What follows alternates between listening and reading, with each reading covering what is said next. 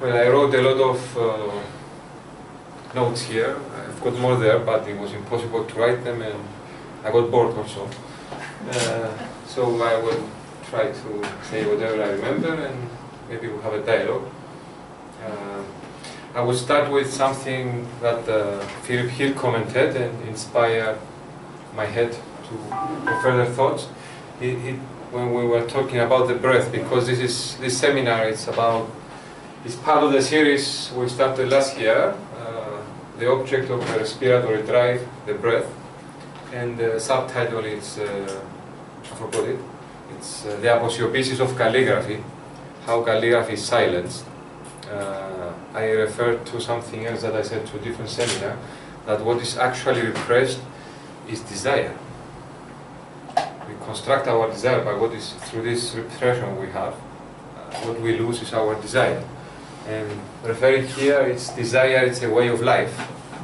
It's not a position, it's the present, and the present continuous of our desire in terms of grammar, it's our act. I refer you also to another seminar that the act, the psychoanalytic act, but the act of life does not follow the linearity of the signifier. It's perpendicular on the signifier, so it's one by one. If it's repetitive, then it becomes a doing, and it's part of language, it becomes language. It loses its incalculability. And Philip's very nice comment on the breath, it's how Aristotle calls the breath. It's psyche, psyche in Greek. We were talking about the pnoidoulo, which I was not able to translate it, so I keep it like that. It's how the speech is being breathed, and we are kind of amphibian creatures. I will just comment that in Aristotle there is no sacred movement in the way he describes the breath, because the plants, the world, or the animals, there is a specific predictability in how they breathe. I put this breathing in quotes.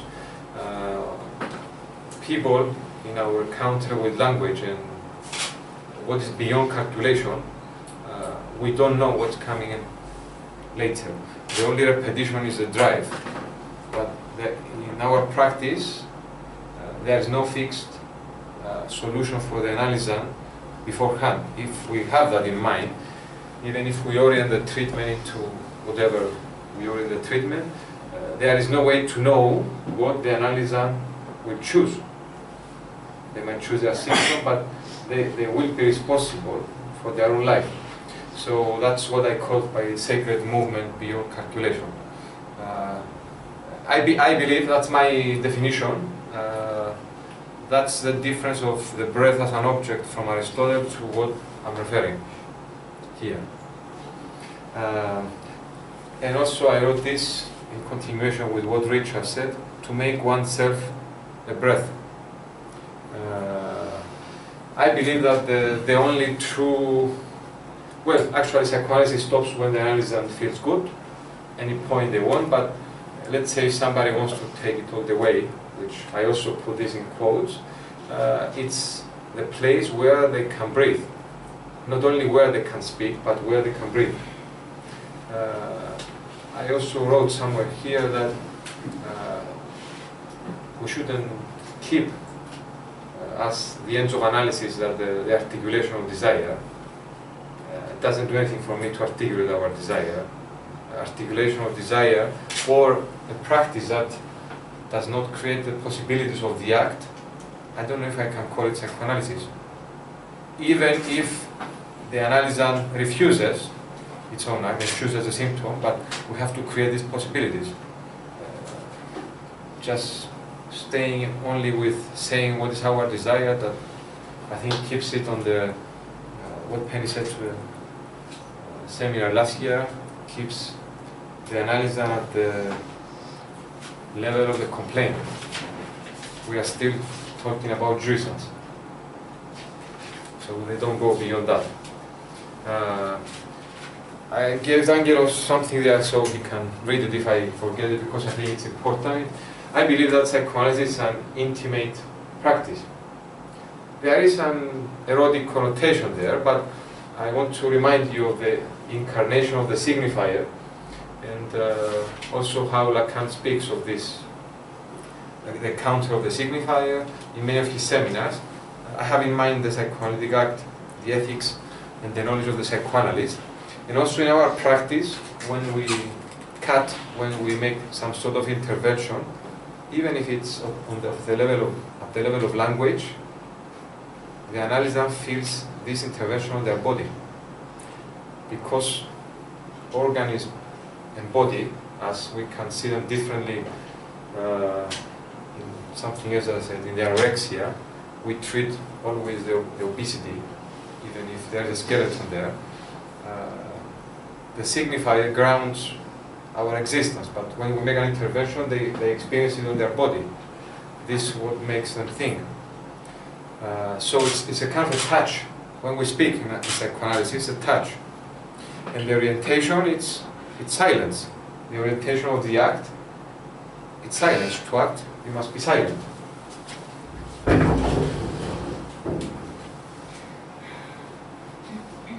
I'm referring to the being silent which has spoken.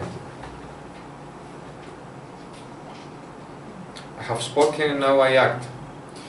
That's why I went there and I wrote, desire is a way of life.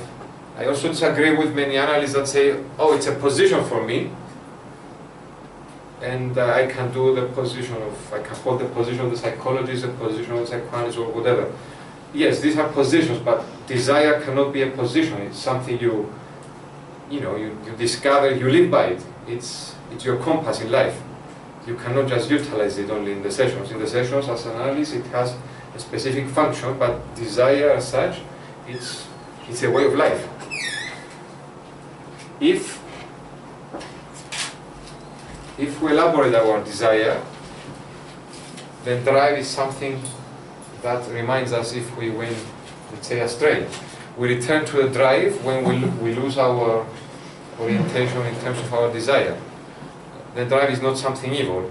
It can function as an alarm for us, as much as our symptom, to tell us what we have to pay or where we should go. Can you give an example of that?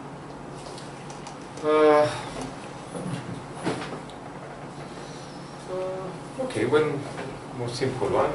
The panic attack in a specific lady I have in mind started returning because of, she denied the price she had to pay in terms of something happening in the house. There was some repression there, so she returned to the panic attack. Simple as that. Okay. I don't know if it's clear, but it's a try to make. Yeah. Okay. The name, breathing, the letters, the signifiers. I watch my little boy, and he tries to either imitate or open his mouth, and the air for him, it's solid. Like, it's solid. It's as if he has to cut the air, and he plays with his breath to imitate, to give out these screams. Or I'm not talking about the cry of the baby that signifies I want everything and I want it now. It's kind of playing with time and space, but he actually feels, it seems to me, I interpret that, but cutting the air, and what helps him breathing, or maybe what helps us breathing, it's this play we have early on in life with language and the letters, and of course the signifiers. And it relates to breathing. We create our name, we breathe our name. Earlier, Richard said something very important, and I posed a question which I kind of thought about the answer, but I will give it now. My answer, it's when we get the name by somebody else, we get the name because of traditions, because of signifiers, but the ancient Greeks, they used to get names because of their act. You can create a name which is beyond language, which is based on a meta-language. Meta-language, which is the meta-language of desire, it's the act. If you go back to Greek mythology, you can see people being designated as beings or as existence or according to what they did. It's some sort of enigma, but not in terms of describing their bodies.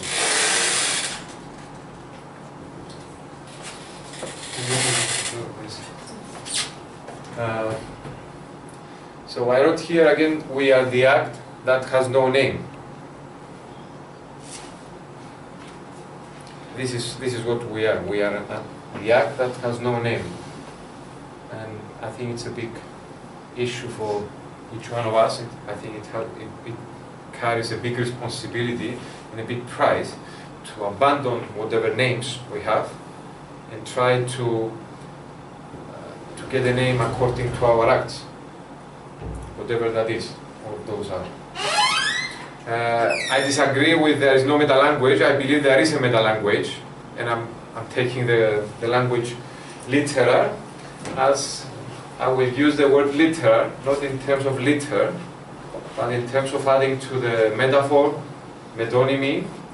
I would say that only the act can be literal. The act can be literal. And again, I refer you to young boys. When they say something, or young girls, they mean it. I think I had a discussion with Penny, and when my other son says, I think he said, I'm angry or I killed you, something like that, he was close to the truth. There was no... So, I'm introducing these things to have a discussion, but also to try to pose questions. Yes? Is the meta-language also a language?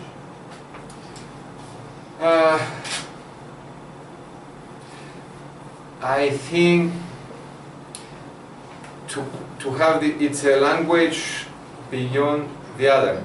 It's closer to some sort of neologism, but speaking to oneself, seeking nothing from no one. That's the act. Some sort of an act. Maybe haven't been able to define it yet, but not a language in these senses. Maybe there is some distinctions from the function of the other. You're talking then about the one by one, then? Yes. You're talking about an intra-psychic yes. process, rather than a meta-language is a manual that you could write, an encyclopedia. No. Yeah, that's right. And that's why when I make the schema in other languages, they have this linearity. They can follow either from right to left or from left to right, but they follow a linearity. The act, this meta-language I'm referring to, is perpendicular on the signifier, or the act, the psychoanalytic act. Each one, it's separated by doing. Lacan also mentions that, because it cannot be repeated. If it is repeated, it goes on the side of doing. So one function of language is the repetition it has there. So maybe it's what Penny said better.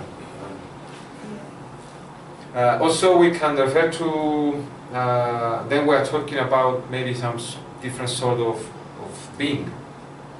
I didn't write it, but Peter's question maybe.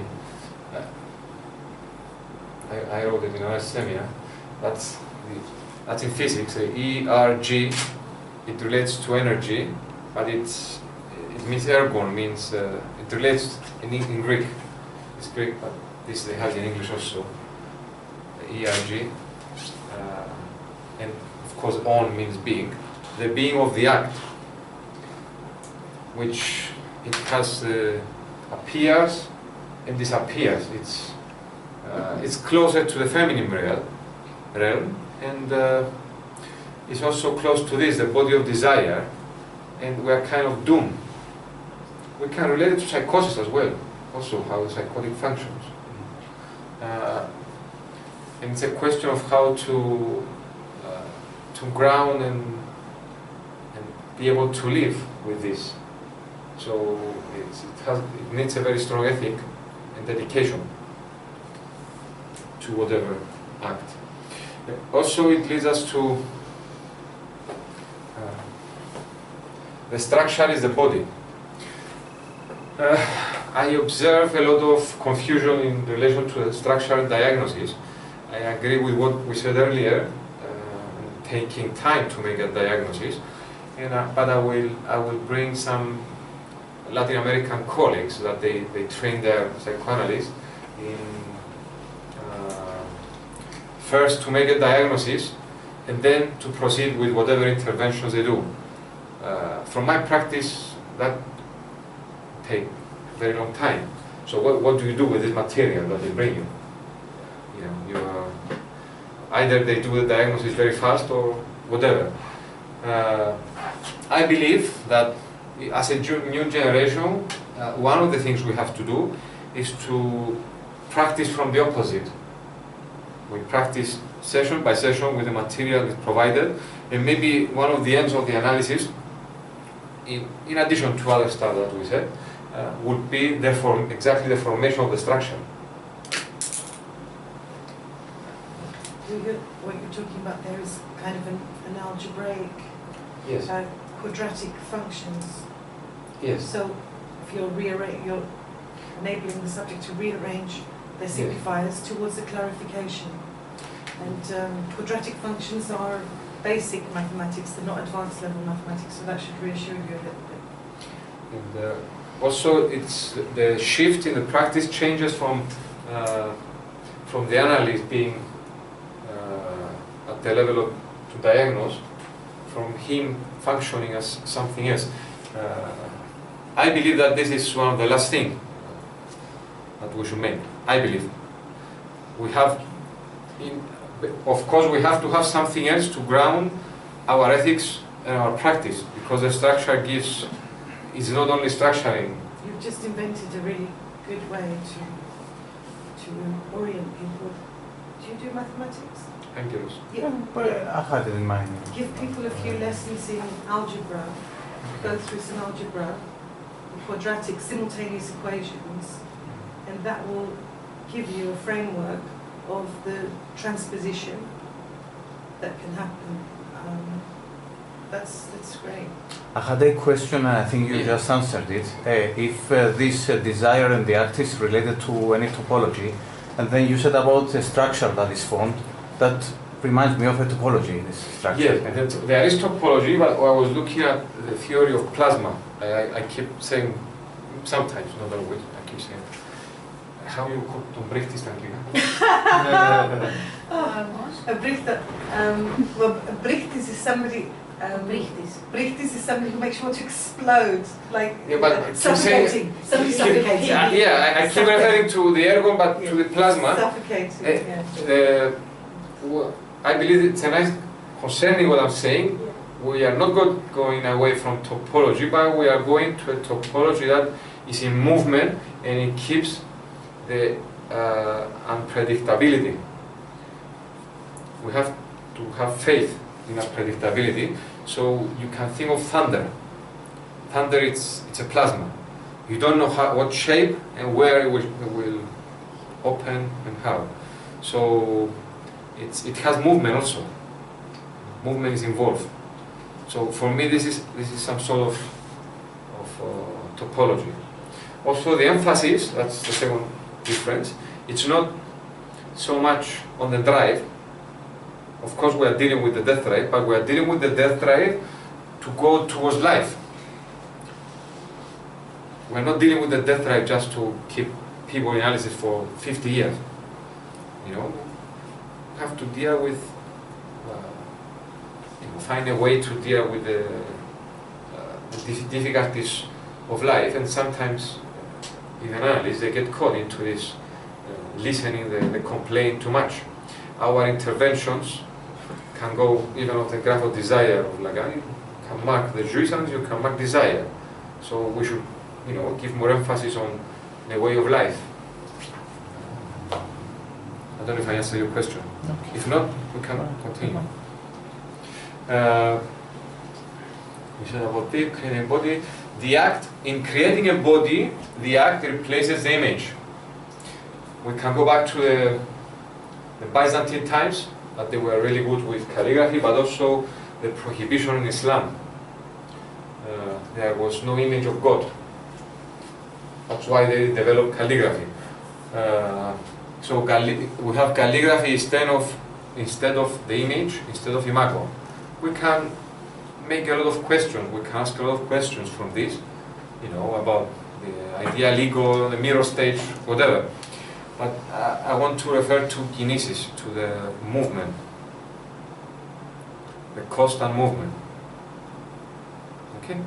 Constant movement gives stability. Fraction body, if it's, I'm referring to psychosis, if it has movement, it's kept together. Objects that are fractured, if they are in a, I don't know how to call it, in some sort of movement, they are kept together. Also Lacan speaks about the three ways that keep the psychotics stabilized. One is, he speaks about the illnesses, the arts, and the constant identifications, but these are what they have in common. It's something that is being repeated. They are related to the drive, of course. Any questions? Incarnation of the signifier. That's the orientation towards the act, to the incarnation of the act. I'm not talking about an acting out. And of course, I'm separating jouissance from desire. Desire does not involve the other. You seek nothing from no one. How I read, when you say the incarnation of the act, how I read that is the analyst lends themselves to an incalculable movement and lends their body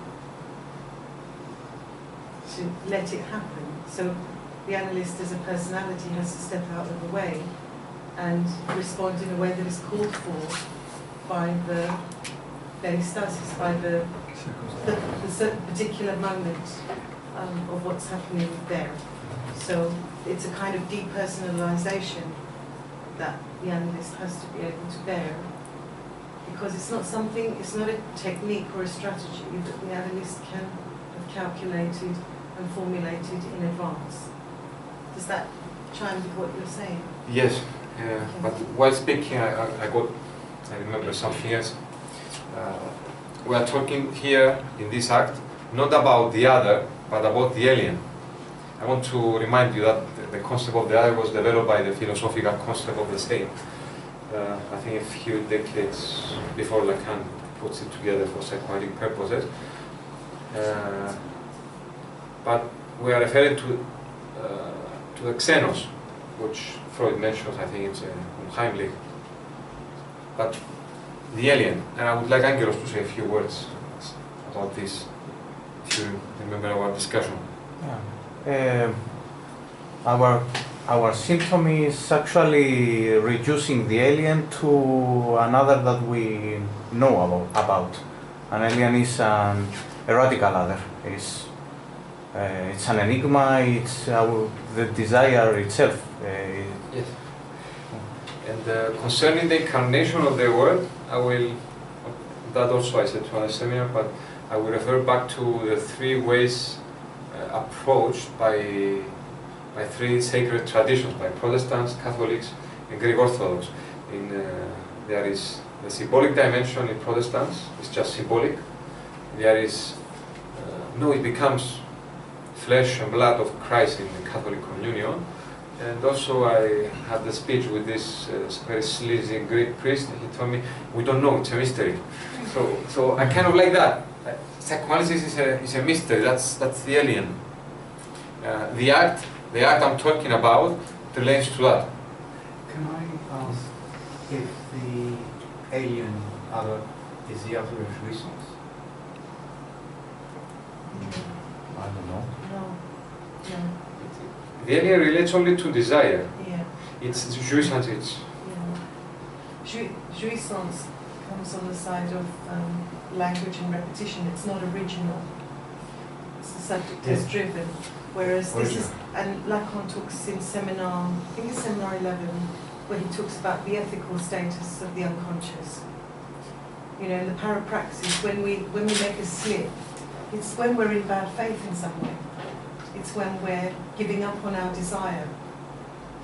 So there's an ethical status at stake.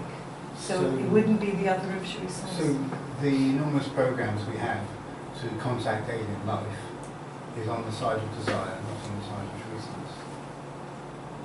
I don't No, I don't do. I don't have involvement. So I wouldn't have Or is it anything just a else. kind of xenophobia? I don't know. Apparently, we're not trying to contact alien life. Apparently, alien life has been on Earth for a very long time, and we're working very, very hard not to know anything about it. I think that's a perfect example how we reduce the other to another that we know. We are searching for the similar other to us, like the alien life. That's not alien. That's not the alien. Yes, and the problem is now that the foreigner is not really exotic. We can travel around the world very easily. We can watch anything on YouTube. Yeah. The foreigner as exotic is different, hardly exists now. So that's why I think there's such an interest in discovering alien life. As long as it's far away, keep it millions of miles away, and then we want to discover it. Even Not too close. our truth is not foreign now. What is actually foreign, it's to act on our truth in the direction of life. We can act on our jouissance as something to guide us in life, but the difficulty is to act on our desire and dedicate, I will use that word, and offer our body as a vehicle or something to carry on this, whatever, besides offering it to a drive. So the only mystery there, the xenos, the only mystery, the only surprise there is this. It's life itself. It should be like this. The alien's life itself, if we want to simplify it. But I still have a question. Yes, of course. About the economy of jouissance and desire, because they're not the same, of course, but they have a life that is partially the same. So if we're being anthropological or sociological, it may be that you will want to enjoy somebody who lives in the next village, or you want to marry a foreigner, or have sex with someone who's completely different in some way. So there's a question about the division between jouissance and desire, and it's one which gets worked out in each analysis. Yes. But it's interesting, again, that difference between the desire places the object at some distance, and the enjoyment that the subject has is always kind of in proceeding towards the object. But usually human beings don't do too well with their jouissance. You know, enjoying the idea of a cake lasts a lot longer than the eating of the cake and the feelings that come afterwards. So we tend to be happier in our anticipation of satisfaction than in the realization of satisfaction. Oh, for sure. And it may well be as soon as you arrive at the object of your desire that it falls, and you have to invent another. Exactly. But if we're talking about something like coupling, like finding a husband or wife, do you find them within your village, or do you find them in the exotic collection of foreigners who live in the next valley or the other country? There is a question there. I did, because you mentioned man and woman in your question. Maybe there is, I perceive it like that, a reference to the formula of the sexes, which is, if I remember correctly, is Lacan gives exceptions into the knowledge of the psychoanalyst. Of course, it's the one it's dropping the other, he says, which is the body there is, you know, the sexual relationship.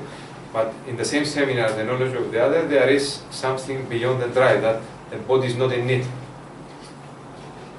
I don't remember how he refers there, but when I was reading it, it surprised me, the exceptions he gives there between his writings.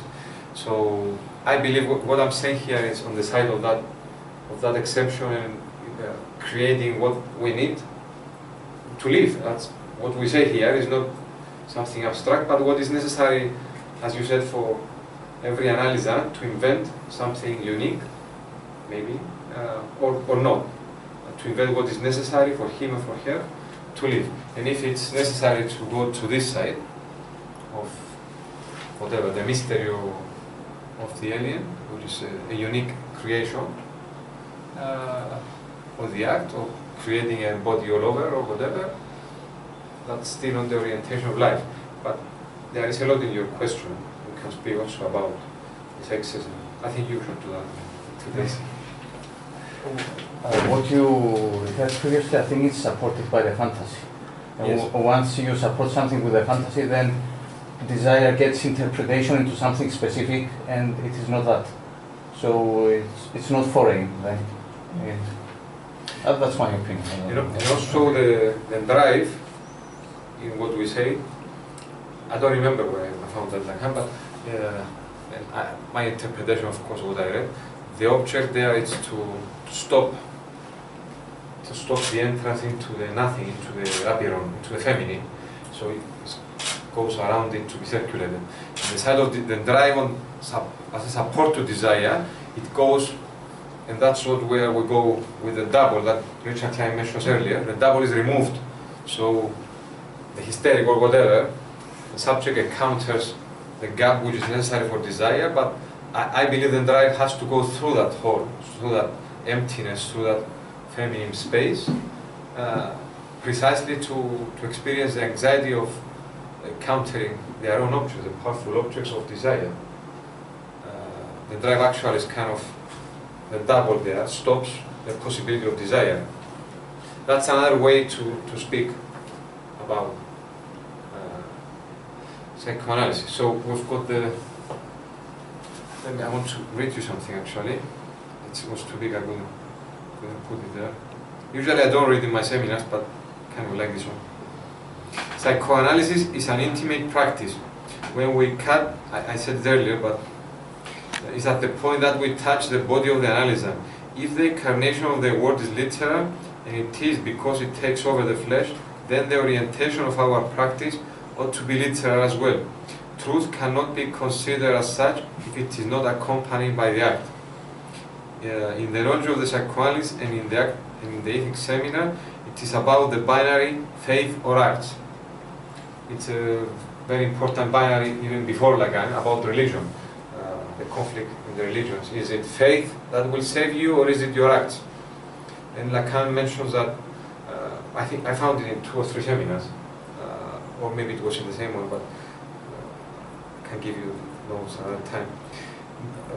But what I can say here, an act that is not moved, that's the answer to that binary, an act that is not moved by faith, it's not an act. Or a psychoanalyst, how do we get our analysis? If they have no faith in analysis, we shouldn't get into, after our first interventions, if they don't have faith into this, into finding their direction in life, we shouldn't get them in analysis.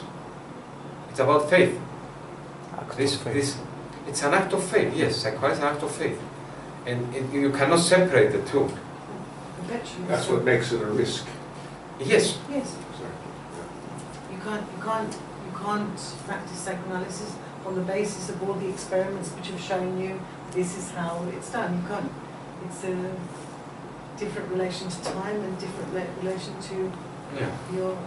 Can't be evidence-based in that way, because we've done the experiment and we know this works, and therefore this is what we're going to prescribe. Well, I can continue here. I wrote a few bad words if you. No. But faith, but an act that is not moved by faith as much as an analytic intervention is enduing in an intellectual exercise. An act of faith is the answer. Only the act can be literal, and an analysis is not creating the possibilities of this act, then it means 2 things. It is not an analysis, or the analyst is a pussy. And I say that because I heard all this from by other orientations saying we should protect the ego, we should protect this, we should. Why you should protect anything? It's not about attacking. If you are considering about protecting, means in your back of your head. You have an idea. Yes. It's not about attacking. It's very simple actually. Well, I think you're right, but from the patient's point of view,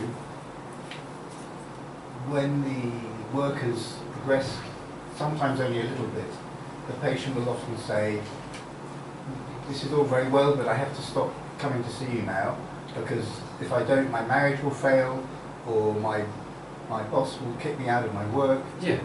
So I have to stop for the sake of the good of the other. I have to stop.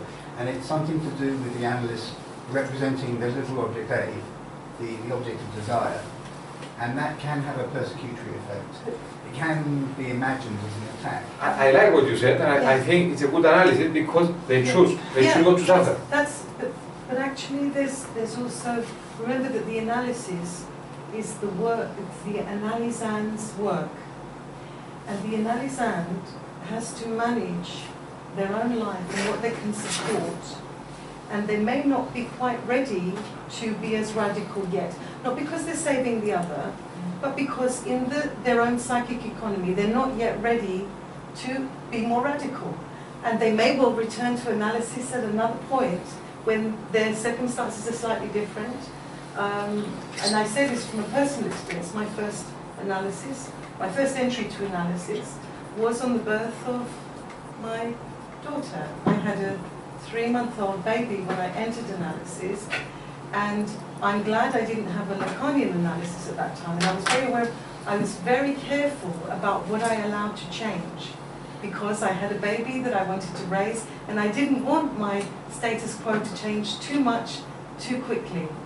So it's really the analysand who's in a position to decide how radical I want to be right now. And when you have a small child, you don't want to be, you're not ready to be too radical, probably. But each analysand can decide for themselves what's possible, what's feasible for them. Sure. The main point I was making is that the analyst can be perceived, with the best will in the world, as persecutory.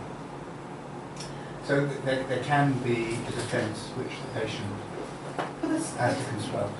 But without necessarily blaming it on the analyst, the analysand that intuits quite well that there's a threat to their current arrangements. Even if they don't, I mean, you're talking about it being translated as a negative transference, but it doesn't have to be a negative transference. It's a real calculation by that particular analysand that if I mess too much with this, I won't be able to continue with my other projects, which are actually very important to me right now. And I want to manage them better, but I'm not ready to throw it all up yet. And that's, we can work with that. Sure. Yeah. I want to add also that, referring to the ergon, this type of being, the being of the act, is perversive because it crosses the Rubicon. It crosses what used to function as a law. And also I would say again that Lacan refers to the Freudian asceticism in the first pages of the Ethics, and he says we have failed, I think we haven't been able to create a new ethic. The new ethic can be created when we cross whatever we have to cross. Number kills the faith. Desire can be interpreted by this act of faith. And the language I'm referring, it's a language with you. It's better in English, that one. That's the best I can do with the pnoidu logo, that I wrote in Greek. It's lang, with the lungs. Language. And the last thing I would like to say is about the Gentile and the Jew who knows how to read. We go from there, from reading, we go to writing. The Gentile who knows how to write. And if you want, you can say a few things about the writing. Not what is written, but what exactly is written. We had a conversation about the letter. My perception of the letter was that the letter is not what is written down, but the very act of inscribing it. So what is already written is a false inscription of the act. Yes. So that's a letter. Yes. So what is... Can you say that again? That sounds really great. We stopped with that. He seems to say something. Say it again. The letter is not the inscription itself, but the very act of writing, because the inscription is a lie of writing. It's an attempt to write down what is the act, but cannot be inscribed actually, that act. Yeah. Okay. That's it for today. Yeah. You more, I think it's enough. More? Yeah. We keep some desire for later. Okay. Another question? No? Bye-bye. I have a question. One. One. I see you have 5 already, but you are not one. I try to stick to one. Yeah. Okay. Okay. Yeah. Is there a chance to cause faith? To cause faith? Yes. You said that you need to have faith for the psychoanalysis Yes. to... If we are able to speak the discourse of miracles. Actually, it's where faith is not. I mean, someone. That's my second question. Where faith is not already present. Play. Yes. It's not already in play. Then actually, that's precisely what our work has to do. Has to cause faith. It has to. It has to. So it's feasible. It can happen. The subject is trapped by numbers, is hypnotized by the numbers, and capitalized by the signifiers. If they don't collapse, there is no possibility of faith. Okay. If we, the idea, a couple of reference points. If we take a catatonic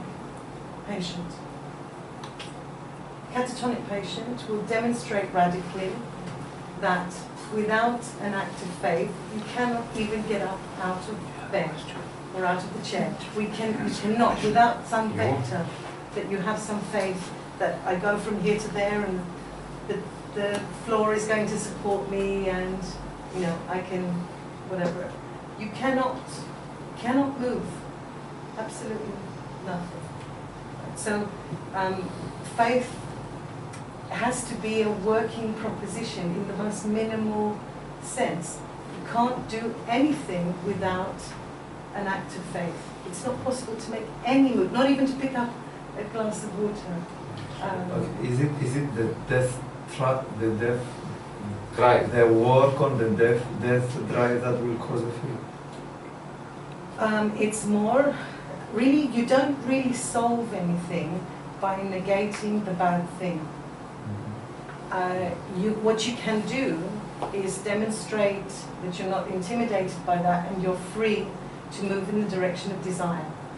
So it's the affirmation of desire and the perpetual affirmation of desire, the movement of desire, my urge for the water, yes? My urge, that's appetite. In Greek we have a nice word which is orexia. Orexia is, we think anorexia is a collapse of appetite. So the very simple physical experience of I'm hungry, I'm thirsty, right? The affirmation of desire. If you want to eat, eat. If you don't want to eat, don't eat, right? So our orientation in a way doesn't have to amplify the problem. We have to touch on the problem to get some bearings around it, but we can't be too interested in the problem. We need to be more interested in the subject's own desire and direction for solution. Okay, but in order to find the You are a very difficult person. Nice. He keeps adding value. No, it's fine. Okay, last one. No, go on, okay. go on. In order to find the, just to understand, in order Yes. to find the desire, it means that we need to identify the death drive. Just for me to understand. No, you don't. And separate No, it. actually you can hear desire being expressed. I have a particular analysand and she's doing well. But one thing that I say to her often, doesn't sound very sophisticated, but I found myself saying it more and she's beginning to be able to hear it. She's always dissing herself. So her struggle with being, very present being, doesn't know what to do with herself really. She's stopped working, she hasn't been able to do anything. But what was the case with her is that her desire was presenting itself in her speech as negated. So every time, there would be indications of her desire, but always as knockdown. So you've got the death drive functioning as insulting the subject. It's like, I'm useless, I might want to do this, but I'm an idiot, right? So I might want to do this, that's the vector of desire, but then you have the superego, the bad jouissance, if you like, attacking all the time. So it's very present in the speech. Desire is present in the speech, but it's constantly being negated. So when you hear a subject insulting themselves perpetually, that is a killing of joy. That's a kill joy. That's the death drive. The death drive is always attacking the subject in the moment of vulnerability or in the moment where they're just about to sort of wish for something and then they pull themselves back and say, I'm crap. for example. And that's something, a very close, very basic thing to be sensitive to. When the subject's attacking themselves, you've got a melancholia in place, whether it's neurotic or psychotic. You can be sensitive to that, and you can work to lift the weight of the bad thing, and you can make the subject aware that when they're able to hear it, that they're attacking themselves. But essentially, desire is constantly trying to assert itself, and the death drive, which is this moral condemnation, it's a moral condemnation which the subject has identified with. It's intruding. It's constantly bashing it down, constantly bashing it down, constantly bashing it down. So that's Okay, I'm not going to ask why. Yeah. Next time. Next time. It's just, look, it's very simple. It's very simple. I have a question. Yeah, it's very Oh simple. yes, please ask your question. One. With desire, there is always a crossroad. Yeah. There is always one, for example, one object to towards desire, and at the time that you have a desire for something, then there is this internal debate: which way to go? What do I desire? Come to. If you come to this crossroad, my opinion, you don't desire yet. Yeah, it's more clear when Good. desire. Correct? Yeah. When desire emerges, you're not choosing between one thing or another or ambivalence. You know what it is. It tells step by step. It tells you where you're going to go.